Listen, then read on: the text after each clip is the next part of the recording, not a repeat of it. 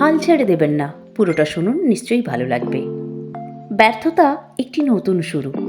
ব্যর্থতা কোনো শেষ নয়, বরং এটি নতুন করে শুরু করার একটি সুযোগ।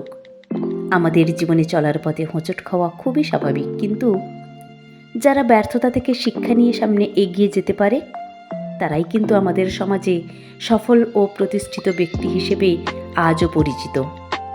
প্রতিটি ব্যর্থতা আমাদের অনেক কিছুই শেখায়।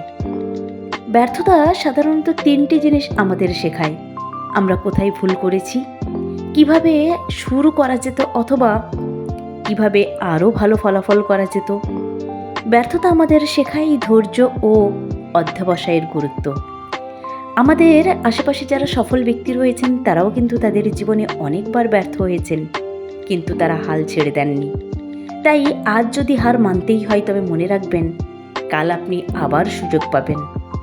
আপনার ব্যর্থতাই হলো আপনার জীবনের সাফল্যের প্রথম ধাপ। তাই ব্যর্থতাকে নিয়ে দুঃখ না করে এই ব্যর্থতাকে আপনার শক্তিতে রূপান্তরিত করুন। সফলতা আপনার জন্য অপেক্ষা করছে। আপনার ব্যর্থতার হাত ধরেই আপনার জীবনে সফলতা আসবে। সবাই ভালো থাকুন, সুস্থ থাকুন। আমার কথাগুলো কেমন লাগলো একটা কমেন্ট করে জানাবেন। ভালো লাগলে একটা লাইক করবেন আর আমার চ্যানেলটিকে সাবস্ক্রাইব করে পাশে থাকবেন।